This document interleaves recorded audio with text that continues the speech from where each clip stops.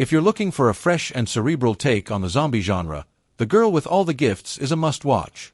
Based on the novel by M.R. Carey, the film is set in a post-apocalyptic world where a fungal infection has turned most of the population into hungries, zombies that are fast, savage, and always hungry. However, some children are infected but still retain their human intelligence and emotions, making them both a threat and humanity's potential salvation. The story follows one such child, Melanie, who is part of a government experiment to find a cure for the plague. As the film unfolds, we watch her grapple with her dual nature. She's kind, thoughtful, and deeply empathetic, but she also has a terrifying hunger for flesh. The film explores themes of identity, survival, and what it means to be human in a world that's rapidly falling apart. What sets The Girl with All the Gifts apart from other zombie films is its willingness to ask philosophical questions. Are the remaining humans really worth saving? Or is it time for a new species to take over? It's thought-provoking and emotionally resonant, with a finale that's as bleak as it is fascinating. Melanie's decision at the end of the film will leave you questioning your own morality long after the credits roll. Rec is a Spanish found-footage horror film that takes the zombie genre and cranks up the intensity by making the audience feel like they're right there in the nightmare. The movie follows a TV reporter and her cameraman as they tag along with a fire crew responding to a routine emergency call. What they stumble upon is a deadly viral outbreak inside an apartment building, which quickly becomes a locked-down death trap. The genius of Rec lies in its claustrophobic setting and first-person perspective. You experience the outbreak as it unfolds, with the shaky, handheld camera making every jump scare feel immediate and raw. The narrow hallways, dim lighting, and sense of entrapment make for a heart-pounding experience. And just when you think things couldn't get worse, the ending delivers one of the most terrifying and shocking twists in zombie cinema. The film is a lean, mean, 80-minute thriller that wastes no time getting to the horror. Its success spawned several sequels and a not-so-great American remake, Quarantine, but the original remains a benchmark for found-footage horror. Watch with the lights off for maximum terror. Just don't blame me if you scream. If you're looking for a globe-trotting, fast-paced action spectacle, World War Z is your film. Based on Max Brooks' novel, the movie takes a very loose approach to the source material, opting for a Brad Pitt-led adventure that spans continents as the world succumbs to a rapidly spreading zombie plague. These aren't your typical zombies. They move like a swarm, toppling over each other to break through barriers, climb walls, and overwhelm entire cities. The film's scale is enormous. Rather than focusing on a small group of survivors, World War Z shows the pandemic on a global scale, with Pitt's character jetting from one hot zone to another in search of a cure. The movie's zombies are both terrifying and oddly mesmerizing to watch in action, particularly in the scene where they scale the walls of Jerusalem like ants in a hive. While hardcore fans of the book may lament the loss of the novel's more nuanced, multi-narrative structure, the movie delivers high-octane action and pulse-pounding suspense. It's a popcorn flick with a massive scope, and despite its troubled production, extensive reshoots, and a completely rewritten third act, it manages to be a fun ride. George Romero returned to his zombie roots with Day of the Dead, his third entry in the Dead series. A cynical examination of the military-industrial complex and scientific ethics.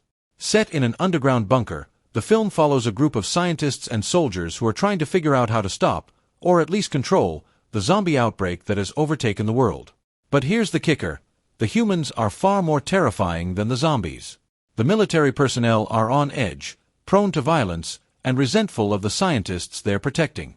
Among them is Bub, a zombie who has been trained to learn basic tasks and even respond to commands. Romero's zombies have never been just mindless killing machines. They've always represented something deeper, and in this case, Bub is a symbol of the ethical gray areas that arise in the face of catastrophe. Tom Savini's practical effects are once again on display here, delivering some of the gnarliest gore of the decade. From zombies pulling apart human flesh to grotesque decapitations, the film doesn't hold back on the viscera. But underneath all the blood and guts is a thought-provoking, if deeply pessimistic, look at the human condition. The movie's central question is whether humanity is even worth saving, as the survivors seem just as monstrous as the zombies outside. For fans of horror comedy with an 80s punk rock edge, Return of the Living Dead is a riotous good time. Dan O'Bannon's take on the zombie genre is part horror, part comedy, and 100% pure camp. It's notable for introducing several zombie tropes that would become iconic in later films. Chief among them, the idea that zombies crave brains rather than just flesh. Set in a bizarre version of Middle America, where a toxic gas accidentally reanimates the dead, the movie follows a group of bumbling mortuary workers and a gang of punk rock teens as they try, and fail, to contain the outbreak. The zombies in this film aren't your slow, shuffling Romero zombies. They're smart, fast, and talkative. In fact, one of the most memorable and hilarious moments is when a captured zombie explains why it craves brains. It makes the pain go away. O'Bannon's zombies are both terrifying and absurd, and the film's over-the-top gore and effects only add to the dark humor. It's a B-movie classic that never takes itself too seriously, making it the perfect late-night watch. Punk rock music, chainsaw-wielding morticians, half-dogs barking, yes, half-dogs, and zombies that literally beg for brains. It's a wild ride from start to finish. Train to Busan is one of the best zombie films of the 21st century, and it doesn't even need to be in English to prove it. This South Korean masterpiece is not only a high-octane thriller, but also a deeply emotional and human story set against the backdrop of a zombie apocalypse. It's simple. A father and daughter board a train bound for Busan, just as a zombie outbreak sweeps across South Korea. What follows is 2 hours of relentless tension, claustrophobic action, and genuinely heart-wrenching moments. The zombies here are fast, aggressive, and eerily acrobatic. They pile onto one another, smashing through barriers in terrifying waves. The film takes full advantage of its confined setting, with the narrow train cars creating a sense of constant peril. You can't run, you can't hide, and the further the train goes, the more desperate the situation becomes. But what truly elevates Train to Busan is its emotional depth. The relationship between the father and daughter is the heart of the film, and the sacrifices made along the way will leave you in tears by the time the credits roll. The film also explores class divisions and the lengths people will go to in order to survive, adding a layer of social commentary that enriches the story. The final scenes are devastating, pulling at the heartstrings in ways most zombie films don't even attempt. You'll be emotionally exhausted by the end. Zombieland proved zombies could be funny and cool.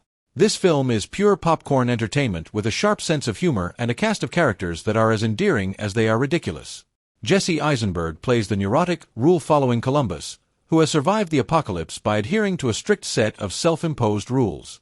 Joining Columbus is Woody Harrelson's Tallahassee, a gun-toting, zombie-killing enthusiast with a deep love for Twinkies, and Emma Stone's Wichita, a con artist with trust issues. The chemistry between the cast is fantastic, and the script is packed with quotable lines and sight gags. It's not all fun and games, though. There's plenty of gore and action to satisfy horror fans, but it's the humor that sets Zombieland apart from the pack. And of course, there's the Bill Murray cameo. In what is perhaps one of the greatest celebrity cameos of all time, Bill Murray plays himself, disguised as a zombie to blend in and continue enjoying his luxurious, undead-free lifestyle. It's a surreal, laugh-out-loud moment that somehow feels perfect in this absurd world. Danny Boyle's 28 Days Later didn't just reinvigorate the zombie genre, it redefined it. In an era when zombie movies had largely become synonymous with campy gorefests, this film injected a visceral, terrifying realism into the mix. The introduction of fast zombies was a game-changer. No longer were these slow, shuffling corpses. Instead, they were rabid, bloodthirsty, sprinting creatures of rage. The film opens with Jim, Cillian Murphy, waking up from a coma in a desolate hospital, unaware that the world has been ravaged by a virus that turns people into blood-crazed maniacs. The iconic scene where Jim walks through a deserted London is eerily quiet and unsettling. It captures the loneliness and hopelessness of a world lost to chaos, an image so haunting that it feels almost post-apocalyptic, like we're witnessing the end of civilization. The movie's themes of isolation, fear, and the breakdown of societal norms resonate deeply, and Boyle expertly uses silence and suspense to build tension. The rage virus isn't technically the classic zombie plague, but the film's infected are close enough. The way they move, snarl, and attack in waves makes them far more terrifying than traditional zombies. Shaun of the Dead is not just a comedy, it's a genre-bending love letter to zombie cinema. Edgar Wright and Simon Pegg's script masterfully balances humor, genuine horror, and heartfelt emotion. The film is often credited with sparking a zombie renaissance in the 2000s, but what truly sets it apart is its affection for the genre it lampoons. The beauty of Shaun is that he's so relatable.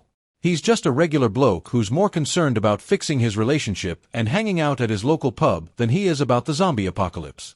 When the world falls apart around him, he reacts not with heroism but with denial, attempting to go about his daily life as usual. But when the zombies really start coming in waves, Shaun takes charge in the most hilariously inept way possible, devising ludicrous plans like pretending to be zombies themselves or bashing the undead with pool cues to the beat of Queen's Don't Stop Me Now. What makes Shaun of the Dead truly special is its heart. Amidst the zombie carnage and slapstick gags, there's a genuine emotional core, especially in Shaun's relationships with his best friend Ed and his estranged mother. It's one of those rare films that can make you laugh 1 minute and choke up the next. And don't forget the film's many Easter eggs and references to zombie classics. This one's made by fans, for fans.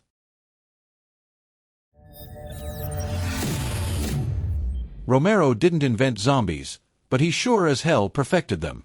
Dawn of the Dead is the crown jewel of Romero's legacy. A spiritual sequel to a genre-defining Night of the Living Dead, this film elevated the zombie genre from mere horror to something far more profound, social commentary wrapped in rotting flesh.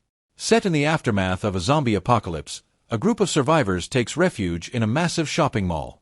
Sure, the zombie horde is terrifying, but there's something oddly hilarious and satirical about watching them shuffle aimlessly around the mall, mirroring the brain-dead consumers they once were. Romero's vision of zombies as mindless hordes, coupled with the imagery of American consumerism, turned the genre into an art form. It's not just a zombie movie, it's a full-blown metaphor for capitalism run amok. Romero's slow-moving zombies aren't the swift, frenetic nightmares of modern films, but their lumbering nature brings a creeping dread that feels almost inescapable. The film's practical effects, done by horror legend Tom Savini, are gloriously gory, with decapitations, eviscerations, and more than a few gnawed-off limbs.